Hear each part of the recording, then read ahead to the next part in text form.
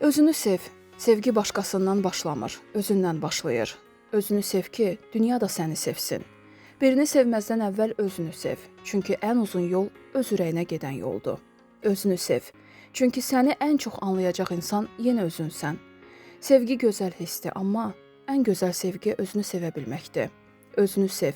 Çünki sən öz hekayənin qəhrəmanısan. Özünü sev, dəyərini bil.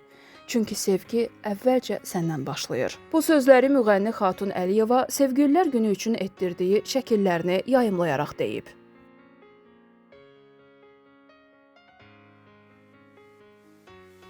Sevgililər Günü hər il 14 fevral tarixində qeyd olunan sevgi və bağlılıq anlayışlarını ön plana çıxaran xüsusi bir gündür. Bu tarix dünyada münasibətlərin dəyərini xatırlatmaq, tərəflər arasında hörmət və diqqəti ifadə etmək üçün bir fürsət kimi qəbul olunur.